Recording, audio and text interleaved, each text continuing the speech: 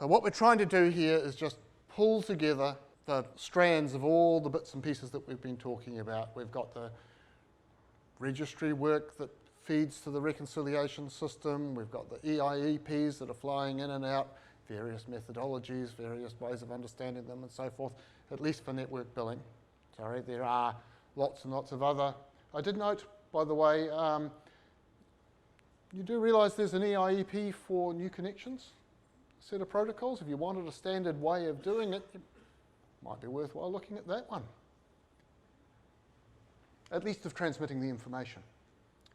So just, have a look through the EIEPs. Peter and I, when it first started out, came up with a whole long list of them. And said, oh, this would be great. And we drafted a whole bunch of them, and like I said, only about 4 of them are actually used, maybe 5, to any degree that I'm aware of anyway. So, but anyway, we're back to making things connect. So the bit that you don't get to see or may or may not know about is that the reconciliation manager crunches and mangles whole bunches of numbers together and does stuff for the settlement.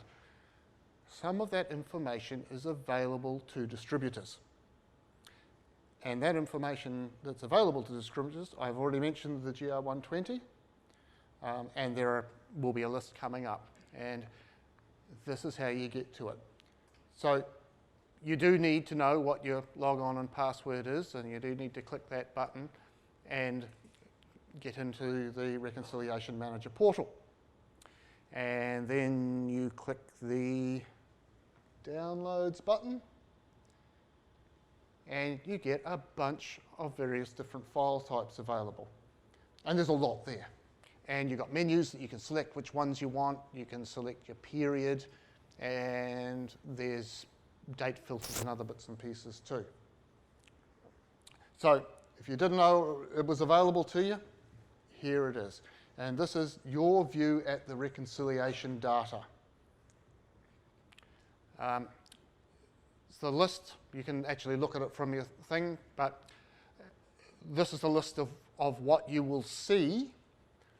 Some of them are of less value than others. So for a distributor, it's not the same for a retailer. You're going to have some files that are just a header. You're not actually going to get any information. You've got this guy here, which is kind of useful because it's monthly totals. It's a nice small file if you just want to see what's going on. And I think it's by retailer and a few other bits and pieces like that. We've got the UFE factor one that I was going on about before. And you've got this guy here, which might be of use to you because it's actually, we mentioned, sorry, that was yesterday. Retailers also submit an energy supplied file to the Reconciliation Manager, and there's a comparison done. And so the energy supplied under the rules is supposed to be over a rolling year within 2%, plus or minus 2% of the submitted volumes. So that's what they think they're doing, and the energy supplied should actually be pretty flaming close to your as-billed volumes because it's supposed to come out of the billing system, plus a bit. There's unbilled energy, there's gifted energy, there's theft and a few other bits and pieces that are supposed to be thrown in there as well. Okay, and then, and we're just getting close to the punchline, you've got these 3 puppies. So GR50 we've spoken about. Okay, 250, 260, 270. You can read the definitions. It's traded, submitted, and supplied. Okay, so it's slightly different takes on all 3 of them. Okay, so you've got EIP information. And one thing I should have mentioned too is that if you're using as-billed, of course, you're not getting vacant consumption. If you're using either of the normalised processes, you are getting vacant consumption as well. It must be actually within the file.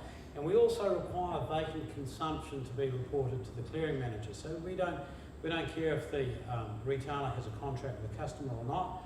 That's tough. They still have to purchase that electricity in the market. So the advantage of those two normalised formats over the as-built is the inclusion actually of vacant consumption. But you actually have some EIEPs. If you have EIEP 1 and EIEP 3 and you take the X flows, that should approximately equal GR260. If you are using the, shall we say, the replacement normalised, and let's just call it RM normalised, which is the old term, we simplified the terms by calling them something totally different. If you're using RM normalised, that should be an exact match, actually, across there. If it's just ordinary normalised, you would find over a period of a year minor variations, extremely minor, but on a monthly basis, you might find that there is a bit more of a variation. But over a year, you would expect minimal differences between the two. If you took the X flow in EIEP 1 and EIEP 3, you should find the same with the GR050 X flows.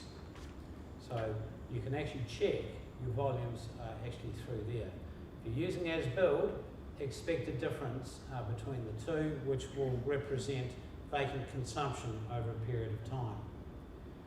If you took EIEP 1 and 3 and you took the injection flows, that should approximate GR050 injection flows. So you can start to divide the flow directions up and start to actually compare them. You should find from your files that the GR260 and the GR270 over a 14-month rolling period should be within 2%. If it's outside of that percentage, we would start to actually have a bit of a concern, because this is the scorecard threshold. If we found that those two files are outside that percentage, the authority can actually impose scorecard scaling actually onto traders' purchases from the clearing manager. If you looked at GR270 and you loss adjusted it, because the GR270 has loss category codes actually within it, if you loss adjusted it and you added UFE, it should approximate GR250. So you've got these checks that you can actually do through here, so that you can actually check if the information you're receiving is quite close to what the information that actually goes into the market actually is. But like on infomercials, wait, there's more. You can actually compare the registry files, of course, to the EIEPs. And this is where we're saying the register content codes and period of availabilities are directly comparable between what you pick up in the registry and what is within the EIEP. So you can actually also check and ascertain that the tariffing that's been applied by the retailers is actually correct. So you can use the PR030, as Jonathan pointed out to me the other day, the PR255 is a much better bet actually to use because it's physically smaller. And you can even look also at industry type specific queries. So if you have a tariff that's only eligible for domestic consumers in the registry have an ANZA code of 6 zeros. So you can actually start to actually then compare. You can extract the PR010 will tell you by ICP what the ANZA code populated by the trader into the registry is, which theoretically should be the same information that you then prepare your EIEP 1s actually with. So if you have industry dependent type tariffing or customer type dependent, you can actually start to look at that. You can pick up the meter categories out of the registry, and you might have a pricing tariff for sites that are 16 kVA. You might have another one for sites that are 200 kVA. The meter category will actually be different in the registry, so you wouldn't actually expect to see for a consumer that only has a direct connected meter and a meter category of 1, you wouldn't expect it to actually see it on a tariff that related to a site that had a threshold of 200 kVA. So there's all sorts of checks that you can actually start to do just to give yourself comfort that the information that you receive from the retailers is actually correct. So that was the punchline that John was referring to. It was the wait, there's more. So the comment then, in case you didn't hear it, was that that's the advantage of RM normalised, using the old term, because you have actually got an exact match between the information that you're getting from the clearing manager and the information that you're actually getting from the participant itself. If you're using RM normalised, sitting behind inside the trader is all the processes that have actually undergone a thorough audit by our authority auditors. So you're using a process that is basically accredited by those auditors. So they've gone in and they've spot checked, and then the authorities come along and it's reviewed the audits, and if there's something wrong with the processing actually of the data, hopefully it's actually picked up.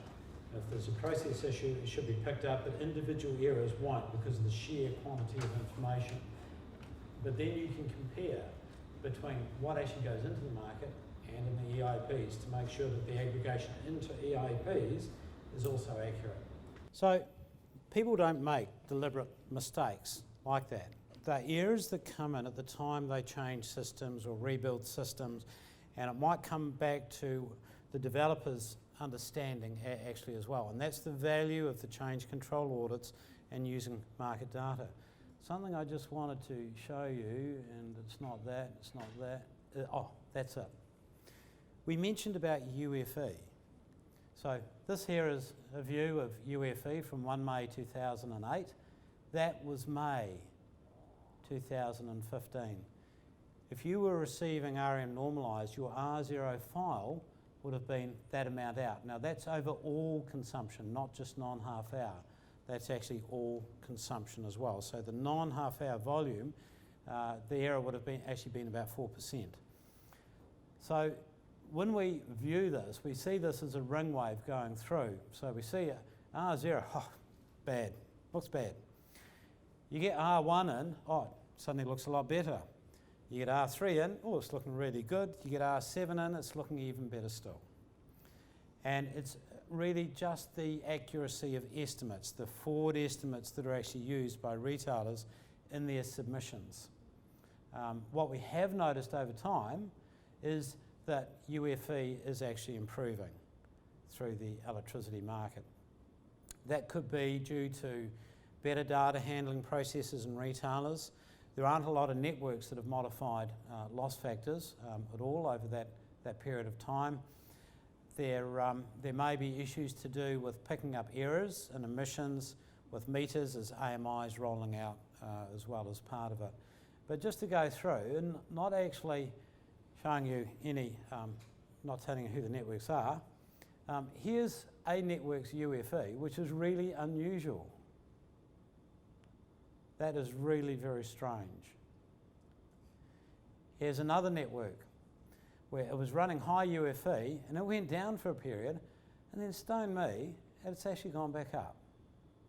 The network losses had not changed in that period of time either. So something has happened within traders' systems to actually cause that dip. So that network owner could actually then go away and start to actually look at the EIEPs and the RM files and the registry to try and see why that's gone away and done that. If the network loss factor was incorrect, UFE might be high or low, but it would be consistent. The fact that it varies is the issue that actually causes concern. Here is another network.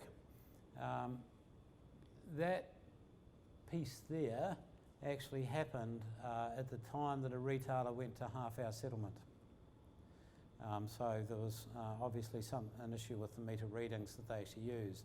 This network had a high degree of rollout of AMI over a period of time, which is what actually did that, and we can see those results in the registry as well.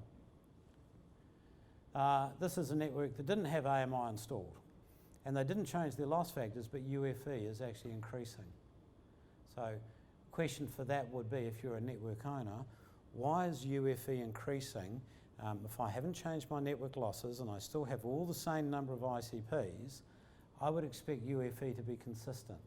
And you can start to use this market data to build a picture of what actually happens on your network. And that comes back to those graphs that John showed you, actually, of the GR120, was it? Where you start to look at the difference in UFE between balancing areas, and then you can actually look over a period of time for the total network, because this here is network total, not by balancing area, to try and actually see why you're getting a degree of change actually occurring. Well, that's all that we intended to cover. Thanks everyone for coming.